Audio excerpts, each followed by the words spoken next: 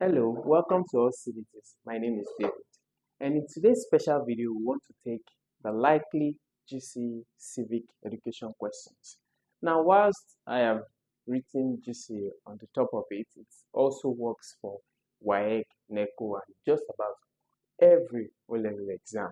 So these are the top repetitive likely GCE or Civic Education questions that you will find across board, and you will likely be tested on all O-level examination.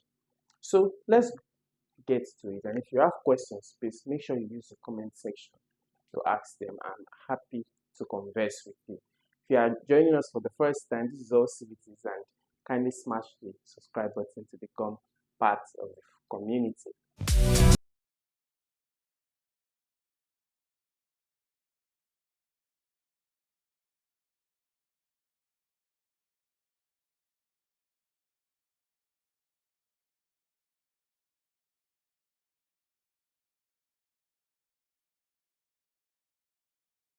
Which of the following best describes a responsible citizen?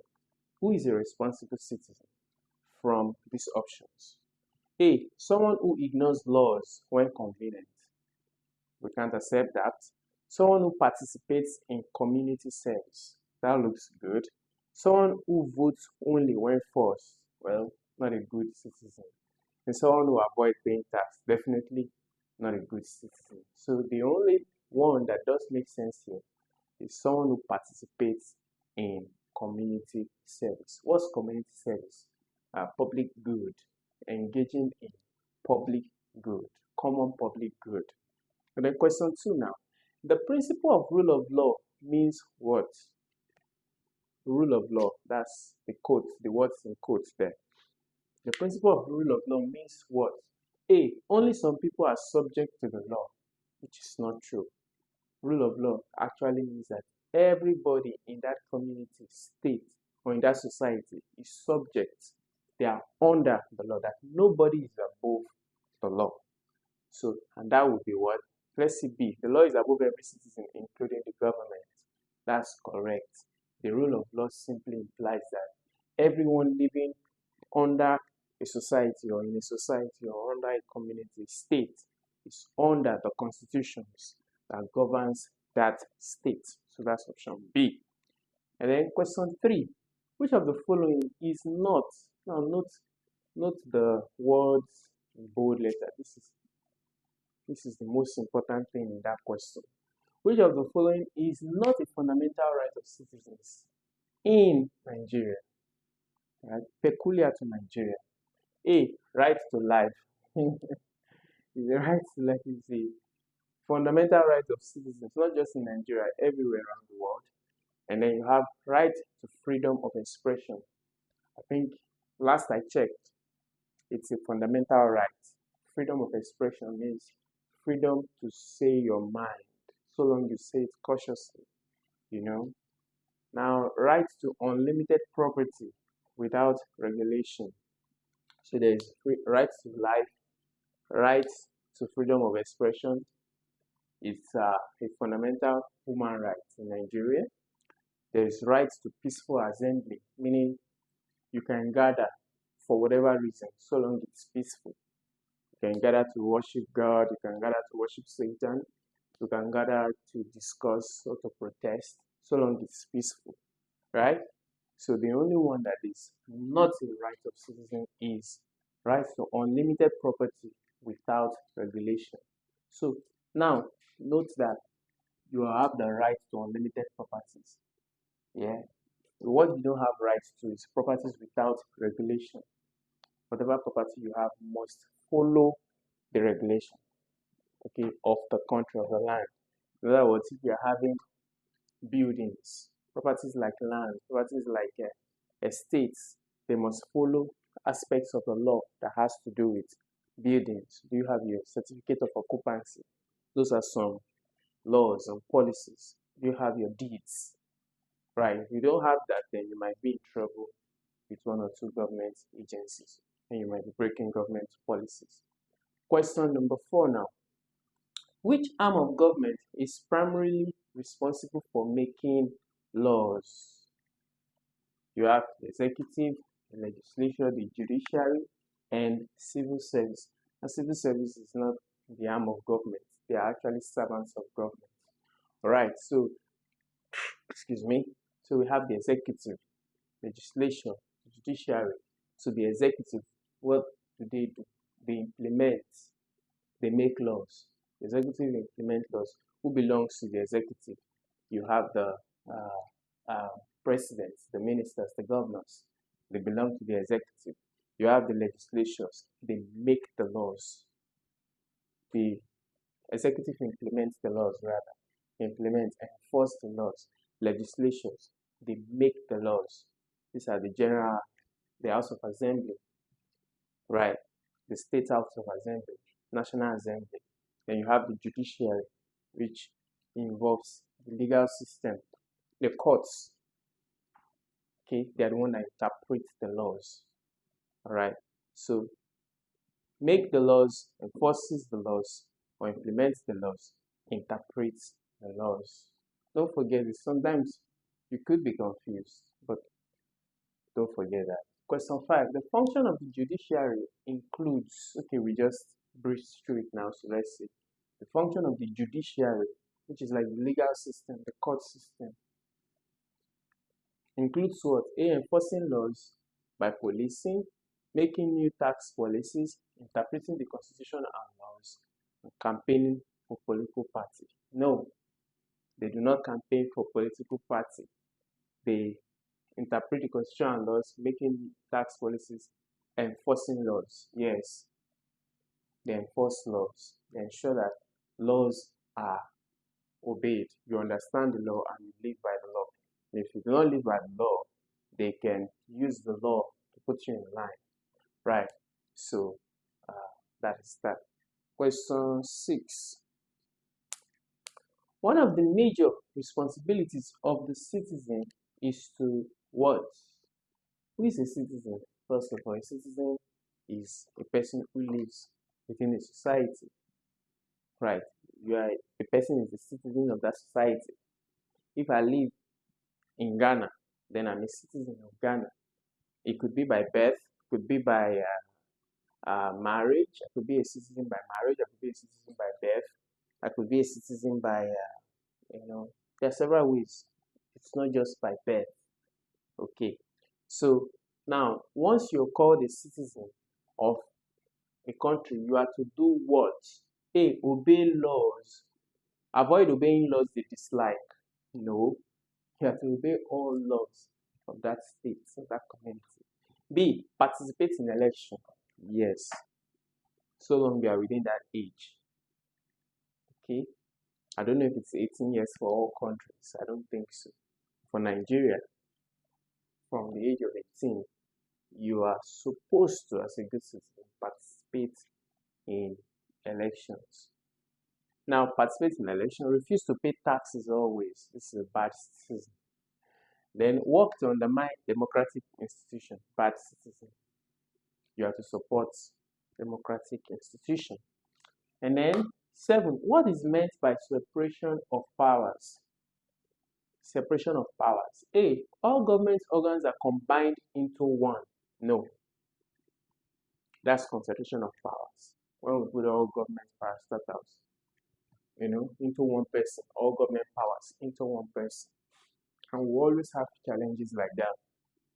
Not just Nigeria, in several nations of the world, even in the United States, where the president decides to assume powers that is not his, to make or enact some certain laws, then you see the judicial system stand up against it.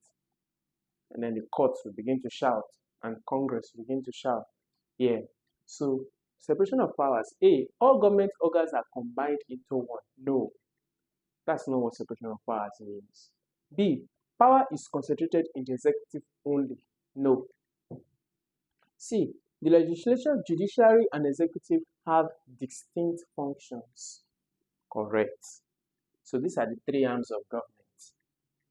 And powers in a particular state or country must be shared between them. The judiciary cannot make, interpret, and enforce laws. No. So they have to share to the arms of government that is to do what? Then citizens govern themselves without government. This one too is wrong. So the correct option there is C. Separation of powers is to divide the powers. For example, let's say this is the power. Then you divide it, okay, into its 3 arms. Question 8. A pressure group is a group of people who dash A. Support the government regardless of policy. B. Influence public policy without seeking direct election. C. Replace the functions of the judiciary. And D. Are forbidden by law in democracy. No, it won't be D. And pressure groups are not to replace the functions of the judiciary. No. So it will be B. A pressure group is a group of people who influences public policy without seeking direct election. They are not elected individuals, but yet they can influence government policies to go in the line of what they want for their group. For example, you have a group like ASU. ASU is not an elected group. They're just a number of people, a body that come together to demand rights for university workers. So you see, they are called pressure groups. They can pressure the government into moving in a certain way towards the benefits of a certain people. You have Labour. Labour is not an elected group in Nigeria, but yet they can move the arm of the government to do one or two things. So influence public policy even though they are not elected. Those are called pressure groups. In question 9, which of the following is a way of acquiring citizenship by naturalization? Okay, I established before that it's not only by birth. Birth now is naturalization. There are several other ways to acquire citizenship. Okay, so let's see. Which of the following is a way of acquiring citizenship by naturalization? A. Being born in a foreign country with no link to the country. Okay, this works for some countries, not all countries. Applying and meeting legal requirements after residing in the country. Being elected to a political office without residency. Remaining stateless indefinitely. So it is neither C or D. So we are in between A or B. Which of the following is a way of acquiring citizenship by naturalization? A. Being born in a foreign country with no link to the country. Applying and meeting legal requirements after residing in the country. And the correct option would be B. Yes. So although, like I explained before, some countries do allow option A, and many countries now are revising that policy or that law. There was a time once you were born in the United States, you're a citizen. It's now fast changing. They are now questioning it that why should that be? There was a time once you're born in Canada, you're a citizen. I don't know if it's still applicable today. So laws are changing. And then naturalization. There are also laws that accept that once you stay in a particular place without leaving that place for up to 10, 20, 30 years, you become a citizen, or you have the ability to apply. See, once you meet the legal requirements, you didn't cause trouble, maybe 10 years, 15 years, or 20 years, you stay in a particular country, you didn't cause any trouble, the law abiding, you have made your family there, life is moving on for you, you can apply to the country, to the immigration office, and become a citizen. Yeah. So some factors would warrant A to be the answer, some factors warrant B to be the answer. Okay, so question 10. The national anthem of Nigeria was adopted to do what? A. To replace all other cultural songs. Was that the objective why we came up with the anthem? No. B. To serve as a symbol of national unity and patriotism. C. To limit singing of other songs. D. To be sung only on the radio. It's neither C or D. So the answer there should be B. So it serves as a symbol of national unity and patriotism. Whenever we sing that national anthem, we forget what tribe or cultural group we are from. We stand together in harmony and sing in unison, in uniformity, right? So it brings unity. It gives a symbol of unity. After singing the national anthem, like I've had in some of these northern states, the person can now stand up with his arms and begin shooting again. But as at the time when the national anthem is sung, you see everyone stands up on their feet with some sign of respect and national symbol. So it's actually a symbol of national unity and patriotism. Question 11. Which election body is responsible for conducting elections in Nigeria? This is a popular one. So that's what the INEC is, the Independent National Electoral Commission, the INEC. And then 12 now. What is popular sovereignty? What is popular sovereignty? A. Government decision made by one strong leader. B. The will of the people as the ultimate source of political authority. Right, and what's the answer? B.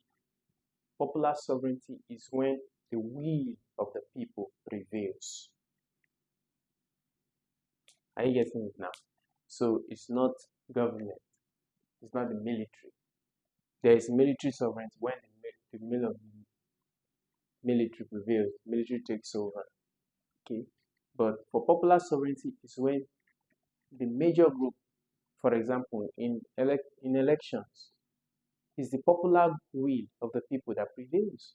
That's when there is no rigging. It's the popular will of the people that prevails. So for an election that goes peacefully, we can say what has happened there is this popular sovereignty, where the will of the people is the ultimate source of political authority. Question 13.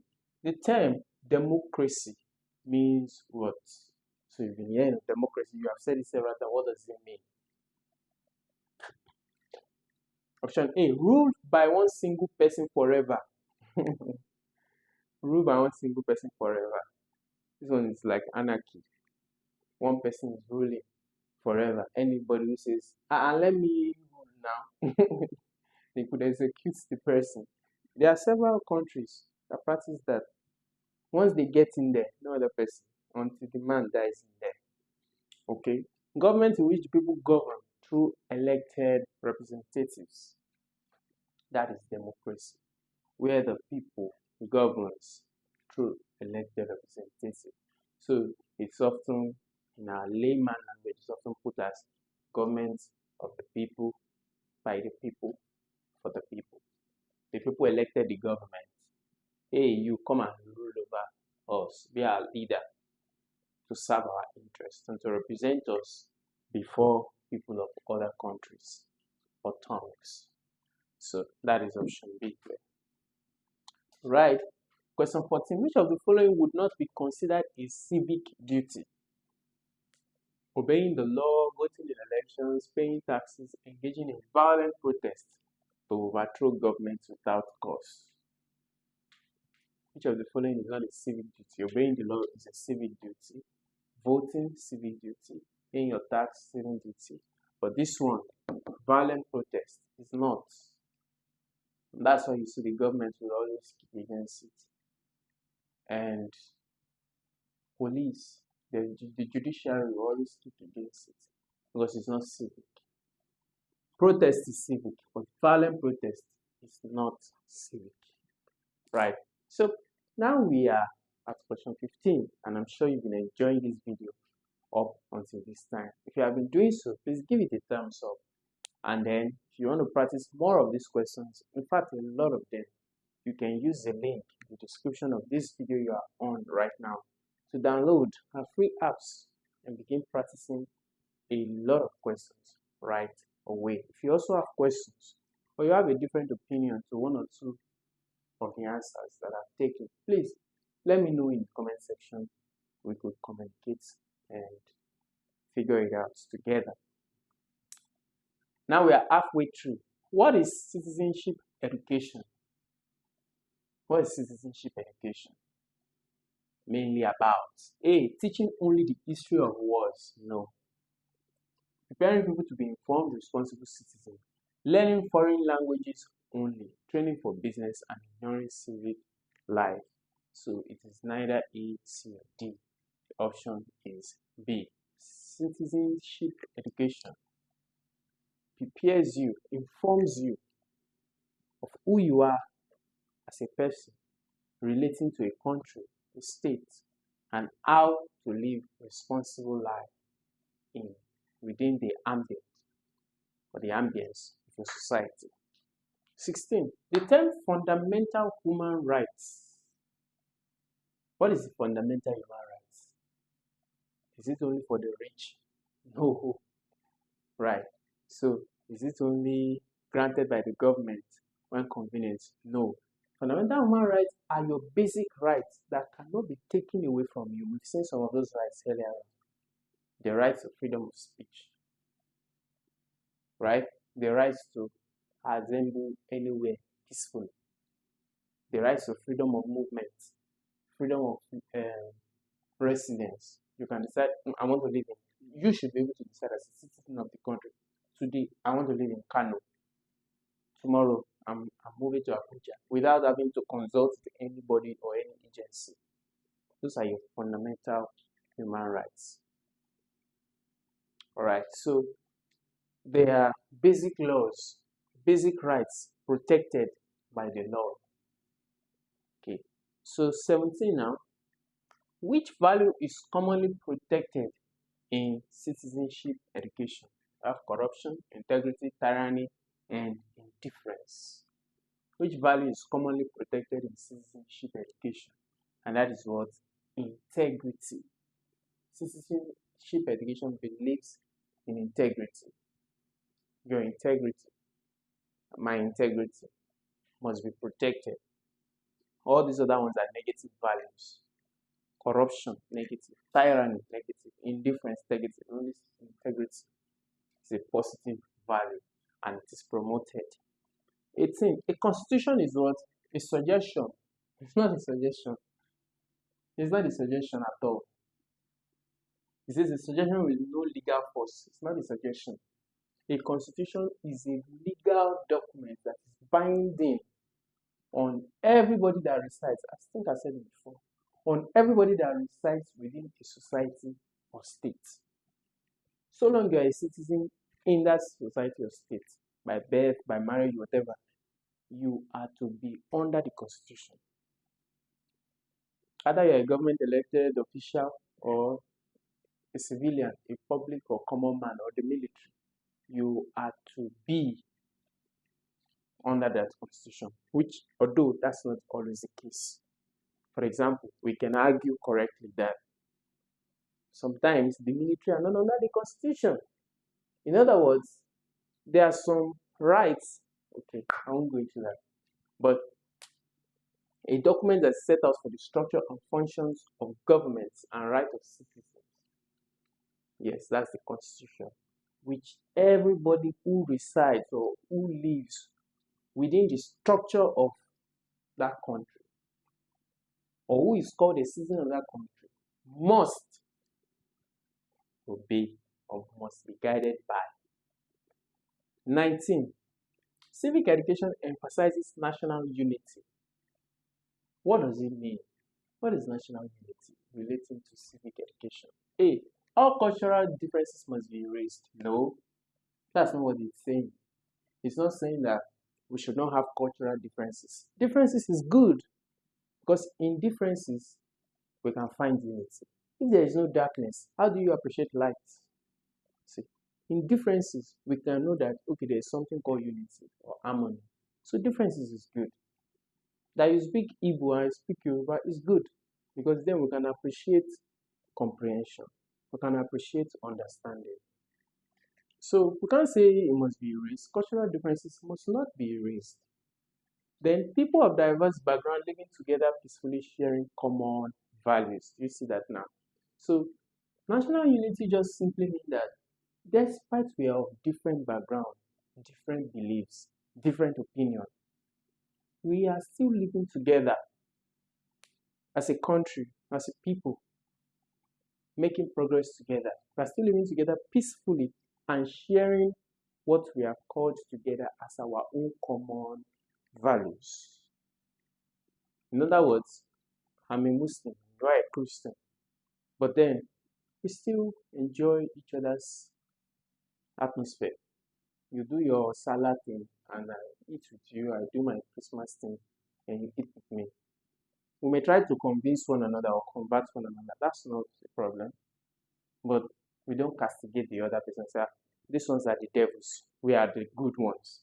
No, that's not what national unity is about. Then question 20, one of the effects of good civic education is what? Good civic education like you are getting now. What is it going to do if everybody is exposed to this idea? A, lower voter turnout. No. In fact, it makes people want to vote for the good people. B, increase political apathy. No. C, higher levels of citizenship participation and accountability. Yes.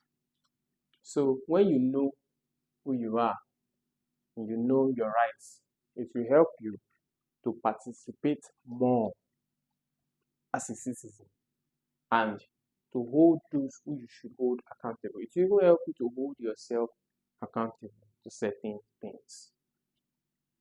Alright, so we are now at question 20. I'm sure you've been enjoying it. If you've been enjoying it, please say in the comment section, I am enjoying it. Also, let me know the next subject you want me to cover. Alright, and I'll be happy to include that in my next schedule. 21. Which of the following is not a feature of a democratic government? So earlier on we saw a question on democracy, of which we established that democracy is what? A government that is led by a people for themselves. A government by the people, for the people, from the people. Interesting. A government formed from the people, by the people, for the good of the people. Alright, so which of the following is not a feature of a democratic government? A, we have free and fair election. It's a feature. There should be no fight during election. Rule of law. It's a feature. Everybody should live under the rule and ambience. The guide of the laws, the constitution governing them. And then concentration of power in one person, wrong. This one is not accepted. Like we established before, this is an anarchy kind of lifestyle. And we see it happening in several countries, like in the North Korea and stuff, where the head of state assumes most executive powers. He cannot be challenged. Anybody who tries to challenge him is assassinated. There are several states that practice that. Even in Nigeria, there are some communities that practice that. Alright? So, this is against democracy. Nobody is allowed to talk except one man. No. That's not democracy. Then, 22. The term civil society refers to what? What's civil society? A, only government institutions. B, all organizations, associations, and networks outside the government and economy contributing to civic life. C, private commercial firms only. D, military organization. The term civil society refers to, that would be what? B, a society whereby all organizations, associations, and networks outside the government, even within the government, are contributing to the growth, the upliftment, the betterment of the society. 23. In Nigeria, the national motto is what? Some persons will say peace and unity. No, the fact that it concludes our national anthem does not make it so. Okay. Now, you have unity and faith, peace and progress. That's the national motto. Never forget it. You see it on the coat of arms. Unity and faith, peace and progress. Then, 24. The act of voting in election is important because it's what? It lets citizens choose who governs them.